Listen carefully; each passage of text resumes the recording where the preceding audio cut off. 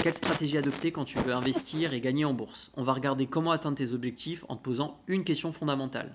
Est-ce qu'il faut investir dans des entreprises à dividendes et jouer à fond les intérêts composés ou à l'inverse, est-ce qu'il faut tout miser dans des entreprises à croissance?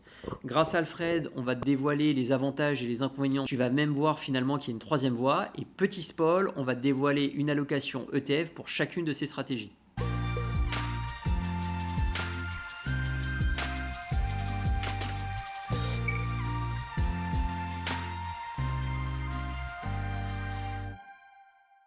Salut, c'est Gabriel. Alors petit rappel, comme d'habitude, je ne suis pas conseiller financier, Alfred non plus, donc tout ce que je vais te dire dans cette vidéo, c'est pas un conseil en investissement. Alors tu sais que j'ai un biais forcément un peu dividende, mais je vais tenter d'être impartial, en tout cas Alfred sera là pour me surveiller. J'ai sorti récemment une vidéo sur le PEA, alors le but un peu de cette série de vidéos, c'est de te montrer que des stratégies qui peuvent te paraître évidentes, finalement quand tu regardes ton cas personnel, c'est pas forcément adapté. Vous avez apprécié ma petite astuce là sur la donation de titres, bon il y en a qui n'ont pas d'enfants, mais finalement vous savez ce qu'il vous reste à faire, hein. En plus c'est bon pour les retraites, on en a besoin. Alors on va faire un petit rappel sur les dividendes, si tu sais pas ce que c'est, rapide. Donc en gros, quand tu as un dividende qui est versé, le cours de l'action va baisser du même montant. Là, tu le vois à l'écran avec Total. Quand Total verse un dividende de 3,22 € le jour du détachement du dividende, donc le détachement, c'est quand l'action va verser des dividendes sur ton compte courant, le cours de l'action Total va baisser de 3,22 €. Donc le dividende, ça ne va pas servir à t'enrichir, ça ne va pas t'appauvrir non plus, c'est juste un revenu qui va être versé. Ouais, mais les actions à dividende, ça ne progresse pas comme des actions à croissance. Regarde Total et Nvidia, ça n'a rien à voir. Et déjà, là, tu as un premier biais. Est-ce que tu compares des choux et des carottes? Alors, il faut les deux pour faire une bonne soupe. Oui, tu as raison, Alfred, il faut rajouter des patates aussi. Oui, c'est vrai que tu aimes bien les patates. Mais ce que je veux dire à travers ça, c'est qu'en fait, les actions à dividendes vont vraiment être dans des secteurs bien particuliers, des secteurs plutôt défensifs. Et ça se ressent très bien dans le chiffre d'affaires. Là, si tu vois Total, alors bon, 2022, c'était la reprise aussi liée au Covid. Mais tu vois qu'en 2023, le chiffre d'affaires a diminué et 2024, le chiffre d'affaires a diminué. Donc forcément, quand tu as une entreprise avec son chiffre d'affaires qui diminue, en général, ça se ressent au niveau de la valorisation de son cours. Et tu vois qu'à l'inverse, Nvidia a un chiffre d'affaires qui explose.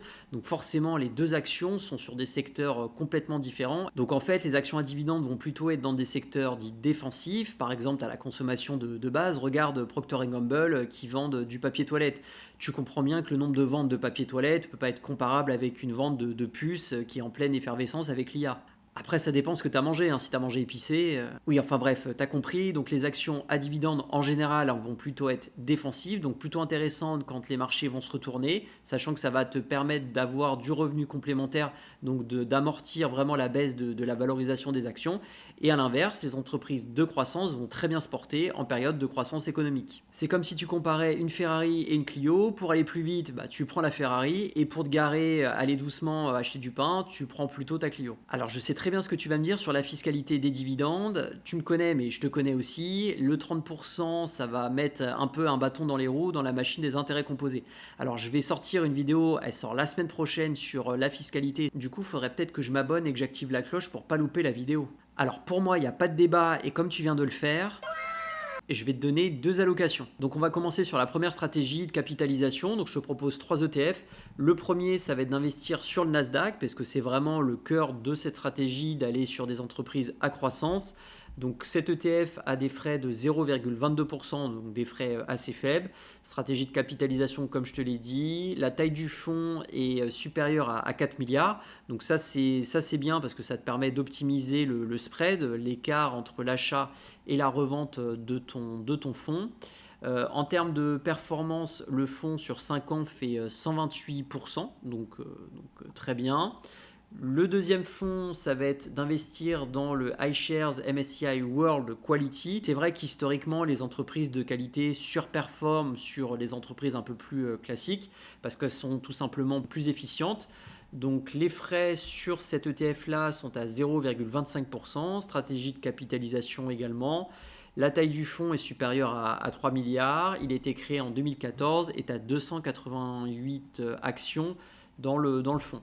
Et quand on regarde un petit peu la composition, on voit que en termes de performance annualisée sur 5 ans, on est à plus de 11%. Donc ça c'est très bien. Et en termes de répartition, donc c'est vrai que On est majoritairement aux États-Unis sur des entreprises là aussi technologiques, mais tu as par exemple la Visa, Eli Lilly, enfin, tu n'as pas que des entreprises technologiques non plus. Et le troisième fonds, c'est pas un ETF, je te l'avais trouvé dans ma dernière vidéo sur le choix d'une allocation, parce que lui, il est vraiment incroyable, enfin, toutes les caractéristiques de ce fonds-là sont vraiment exceptionnelles. Il surperforme son indice de référence sur un horizon très long terme, il est plus résilient, moins volatile, bref, il est vraiment 5 étoiles, hein, ça clignote. En termes de composition, ouais, je te fais souvent les mêmes blagues, hein, parce que j'aime bien les amortir. Tu vois qu'il y a 96-97% de fonds actions donc, qui sont investis, 3% de liquidité pour profiter un petit peu des baisses de marché. Là aussi, majoritairement, tu es sur des entreprises technologiques américaines. Tu as quelques valeurs un peu. Alors d'ailleurs, j'ai toujours pas regardé où c'était Telefonia, Kelbo, Taget. Ericsson, mais voilà, ça sonne toujours suédois, ça n'a pas changé. Mastercard, Nokia, donc voilà, tu n'es pas que non plus sur ce secteur-là. Et sur ces trois fonds, bah, tu peux faire par exemple un tiers, un tiers, un tiers.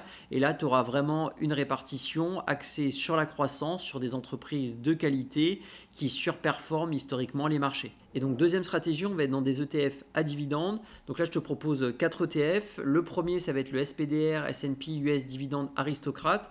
Donc pour rappel, les dividendes aristocrates, ça va être des entreprises qui vont réussir à augmenter leurs dividendes sans interruption depuis 25 ans.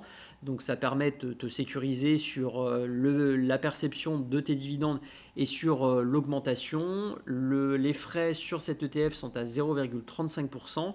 La taille du fonds est quasiment à 3 milliards. Le fonds a été créé en 2011. Il y a 149 lignes sur le fonds. La performance sur 5 ans, on est à 67%. Et en termes de composition, donc on est aux États-Unis à 100%, là il n'y a pas de surprise. Et on est sur des secteurs finalement assez diversifiés. La première ligne, c'est Verizon. Après, tu as Rich Income, Chevron, Pepsi, AbbVie.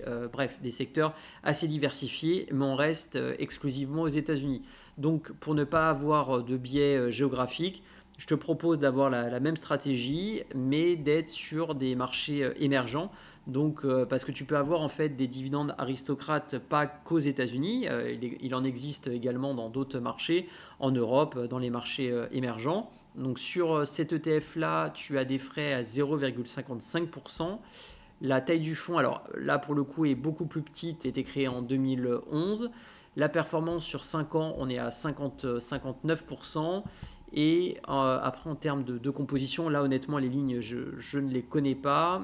Ça va être la Chine, la première allocation géographique. Le troisième ETF, ça va être le Vanguard FTSE All World. Donc là, lui, il a des frais à 0,29%. Le fonds est beaucoup plus gros. Là, on est à plus de 5 milliards 8. Il a été créé en 2013 et il y a 2179 positions sur le fonds. Donc là, sa stratégie, c'est vraiment d'aller sur les entreprises du monde entier qui versent un gros dividende. Donc on va regarder la fact sheet juste après. Sur 5 ans, le fonds fait plus 90%. Et le rendement à aujourd'hui, il est juste ici, il est quasiment à 3%. Et en termes de composition, on va le voir ici, voilà.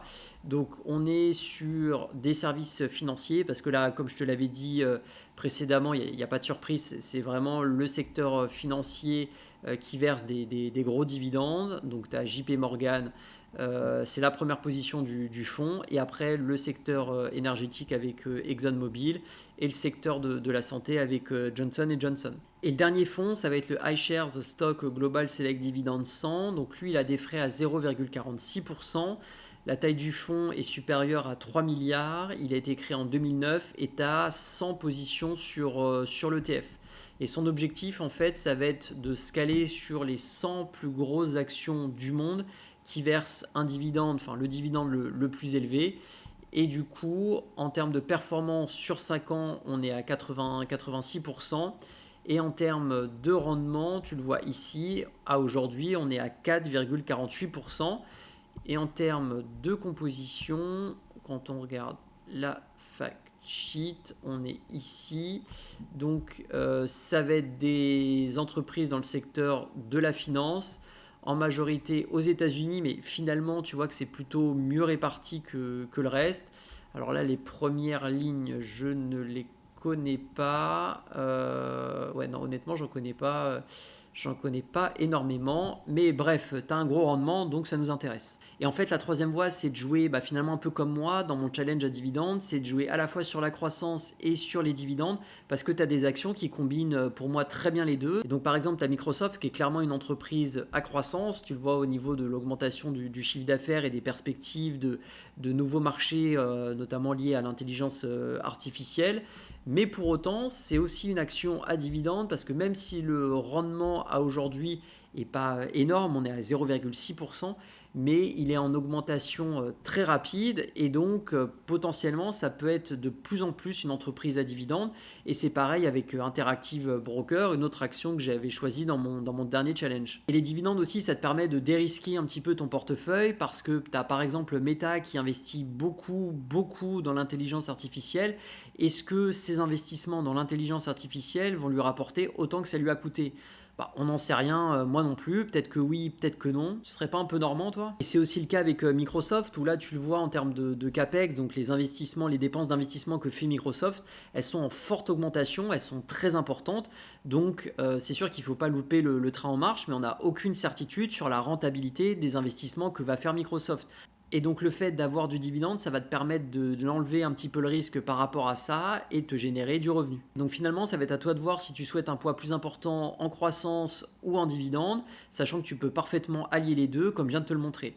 Voilà, c'est déjà fini pour cette vidéo. Un grand merci à toi de l'avoir regardé jusqu'au bout. Il y a d'autres vidéos qui s'affichent juste à ta gauche. Ce serait dommage pour tes investissements de s'en passer. Et n'oublie pas, fais décoller ton épargne et fais-moi grossir ce petit cochon. Allez, bonne semaine, salut!